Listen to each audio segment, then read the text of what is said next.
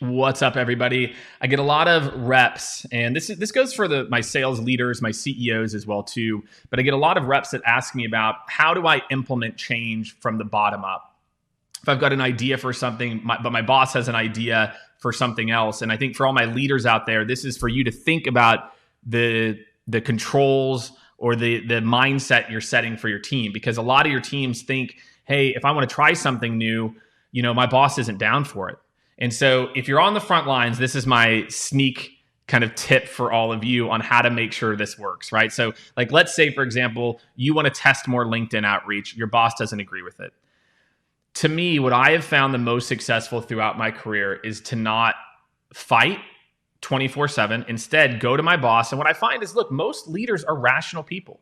And if you go to your boss and say, look, I'd like to try this one thing over the next 2 weeks. I'm going to go ahead and still hit these whatevers, but I'd like to try this one thing. Here's the results I think that I can provide. Will you be okay to give me the freedom to do that, assuming that I'm going to agree to still hit this and do this? The key is this: stop making excuses as to why you can't do both. As a leader, if you want to prove it to me, prove it on your free time. And guess what? That's okay. It's okay to do that too. It's okay, because your boss is trying to tell you something that they know is proven. They know that this stuff has worked.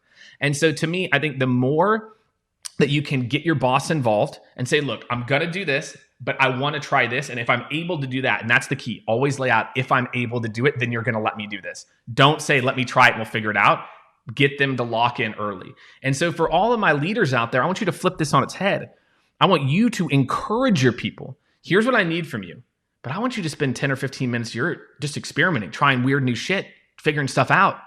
I'm telling you, that's how you create a winning culture. You create a winning culture when people feel like, I've got a job to do, but I have freedom to go and test and try new things. So whether you're on the front lines and you're trying to test new things, whether you're a leader and you're trying to encourage it, make sure you talk to your reps, and reps make sure you manage up. So again, don't let yourself be stifled. Keep trying new things. And if it means you've got to put in a few extra hours to prove your point, and put in the extra hours, it's going to save you tens, 20, hundreds of hours down the road. All right. Keep that mindset, everybody. Always have time to experiment, but be willing to spend that time on your own dime. All right. Have a good rest of your day, everyone.